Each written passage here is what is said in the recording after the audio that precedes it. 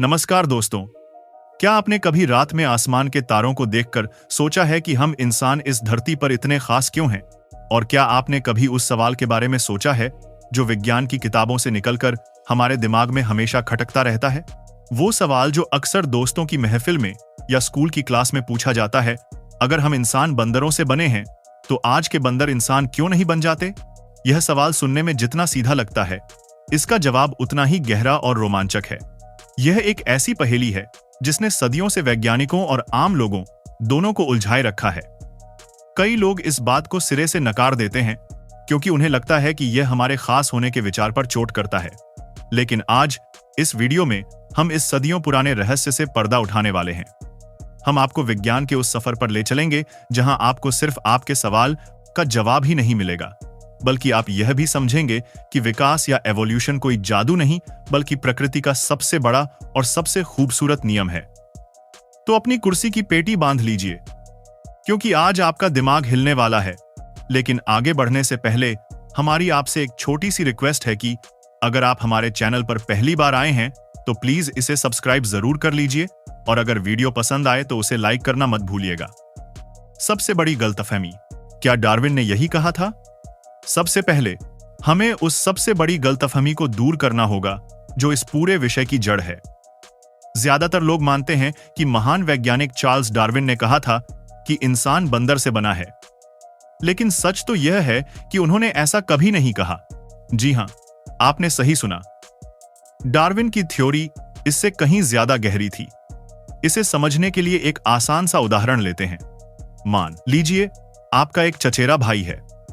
आप दोनों एक जैसे नहीं दिखते, आपकी आदतें अलग हैं, लेकिन अगर आप अपना फैमिली ट्री यानी वंश वृक्ष देखेंगे तो आप पाएंगे कि आपके और आपके चचेरे भाई के दादा दादी एक ही थे। इसका मतलब यह नहीं है कि आप अपने चचेरे भाई से पैदा हुए हैं, बल्कि इसका मतलब है कि आप दोनों एक ही पूर्वज की संतानें हैं। डार्विन ने इंसानों और बंदरों के लिए ठीक यही बात कही थी। उन्होंने यह नहीं कहा कि हम आज के चिंपैंजी या लंगूर से विकसित हुए हैं।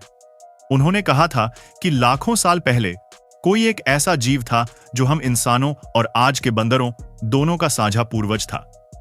वह जीव न तो पूरी तरह इंसान था और न ही आज के बंदर जैसा। समय के साथ उस एक पूर्वज से दो अलग अलग शाखाएं निकली। एक शाखा आगे चलकर हम यानी होमो सेपियंस बनी, और दूसरी शाखा से आज के चिंपैंजी, गोरिल्ला और दूसरे बंदर विकसित हुए। तो चिंपैंजी हमारे पिता या दादा नहीं, बल्कि हमारे विकासवादी चचेरे भाई हैं। डीएनए का सबूत जो राज हमारे खून में छिपा है। अब आप सोचेंगे कि यह सिर्फ एक कहानी है या इसका कोई सबूत भी है? इसका सबसे बड़ा सबूत खुद हमारे शरीर के अंदर हमारे डीएनए में छिपा है। जब वैज्ञानिकों ने इंसान के डीएनए की तुलना दूसरे जीवों से की तो हैरान करने वाले नतीजे सामने आए। आपको जानकर आश्चर्य होगा कि इंसान का डीएनए चिंपैंजी के डीएनए से 99% तक मेल खाता है। यह एक बहुत बड़ा सबूत है जो बताता है कि हमारा और उनका रिश्ता कितना गहरा है। वहीं दूसरे बंदरों से हमारा डीएनए लगभग 93% तक मिलता है। यह डीएनए की समानता ठीक वैसी ही है जैसी आपकी और आपके चचेरे भाई की होती है। आप दोनों का डीएनए आपके किसी दूर के रिश्तेदार से ज्यादा मिलता जुलता होगा, क्योंकि आपके पूर्वज ज्यादा करीब के हैं। यह समानता इस बात का पक्का सबूत है कि हम सब एक ही विशाल परिवार के पेड़ का हिस्सा हैं, जिसकी जड़ें लाखों साल पहले के किसी एक साझा पूर्वज तक जाती हैं। लाखों साल का सफर। कैसे अलग हुए हमारे रास्ते?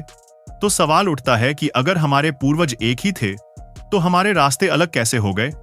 हम इंसान जैसे क्यों बन गए और चिंपैंजी ही क्यों रह गए? इसका जवाब छिपा है जरूरत और माहौल में। कल्पना कीजिए, आज से लगभग 60 से 80 लाख साल पहले की अफ्रीका के घने जंगलों में हमारे वे साझा पूर्वज रहा करते थे। वे अपना ज्यादातर समय पेड़ों पर बिताते थे, फल खाते थे और 4 पैरों पर चलते थे। लेकिन फिर धरती का मौसम बदलने लगा। जंगल कम होने लगे और उनकी जगह बड़े बड़े घास के मैदानों ने ले ली। अब यहीं से कहानी में सबसे बड़ा मोड़ आता है। हमारे पूर्वजों के एक समूह ने इन नए माहौल यानी घास के मैदानों में अपनी किस्मत आजमाने का फैसला किया, जबकि दूसरा समूह घने जंगलों में ही रहा।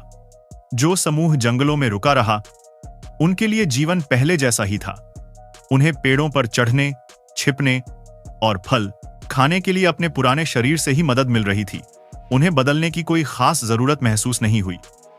यही समूह आगे चलकर आज के गोरिल्ला और चिंपैंजी के रूप में विकसित हुआ। लेकिन जो समूह खुले मैदानों में आ गया, उसके लिए चुनौतियां बिल्कुल नई थीं।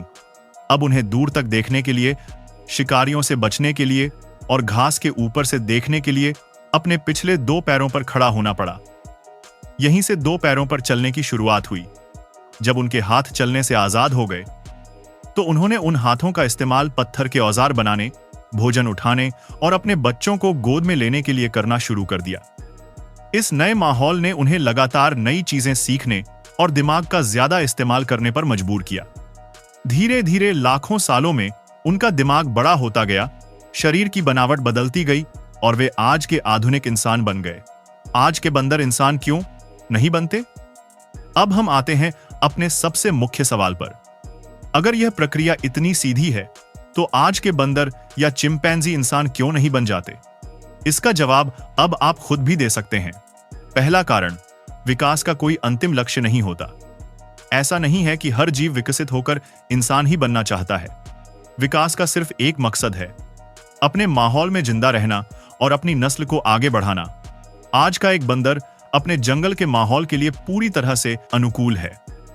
उसे पेड़ों पर चढ़ने के लिए पूंछ और मजबूत पकड़ की जरूरत है, न कि 2 पैरों पर चलकर दफ्तर जाने की।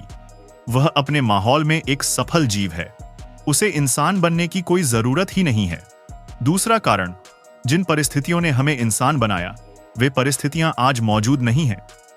लाखों साल पहले जो पर्यावरणीय बदलाव हुए थे, जैसे जंगलों का घास के मैदानों में बदलना, वह एक खास घटना थी। आज किसी बंदर को उसका जंगल छोड़कर खुले मैदान में रहने के लिए मजबूर नहीं किया जा रहा है, जहां उसे खुद को बदलने की जरूरत पड़े। तीसरा कारण, विकास की प्रक्रिया में लाखों साल लगते हैं। यह किसी फिल्म की तरह नहीं है कि एक बंदर सोकर उठेगा और इंसान बन जाएगा। यह एक बेहद धीमी प्रक्रिया है जो हजारों पीढ़ियों तक चलती है। तो दोस्तों, अगली बार जब कोई आपसे पूछे कि हम बंदर से बने हैं, तो आप उन्हें बता सकते हैं कि कहानी इससे कहीं ज्यादा दिलचस्प है। हम बंदर से नहीं, बल्कि एक साझा पूर्वज से विकसित हुए हैं। हम और बंदर एक ही कहानी के 2 अलग अलग किरदार हैं, जिन्हें समय और हालात ने अलग अलग रास्ते पर भेज दिया। यह समझना हमें घमंडी नहीं, बल्कि विनम्र बनाता है। यह हमें सिखाता है कि हम इस धरती पर अकेले नहीं हैं, बल्कि हम जीवन के एक विशाल और खूबसूरत परिवार का हिस्सा हैं। हर जीव, चाहे वो छोटा हो या बड़ा, अपनी जगह पर खास है और अपने माहौल के लिए सर्वश्रेष्ठ है। उम्मीद है आज आपको आपके सवाल का जवाब मिल गया होगा। विज्ञान की यह कहानी आपको कैसी लगी, हमें कमेंट्स में जरूर बताइएगा। अगर आपको यह वीडियो पसंद आया और कुछ नया जानने को मिला, तो इसे लाइक करना और अपने दोस्तों के साथ शेयर करना न भूलें। और ऐसे ही ज्ञानवर्धक और रहस्यमयी विषयों पर और वीडियो देखने के लिए हमारे चैनल को सब्सक्राइब जरूर करें। मिलते हैं अगले वीडियो में एक नए सवाल के साथ। तब तक सोचते रहिए और सीखते रहिए। नमस्कार।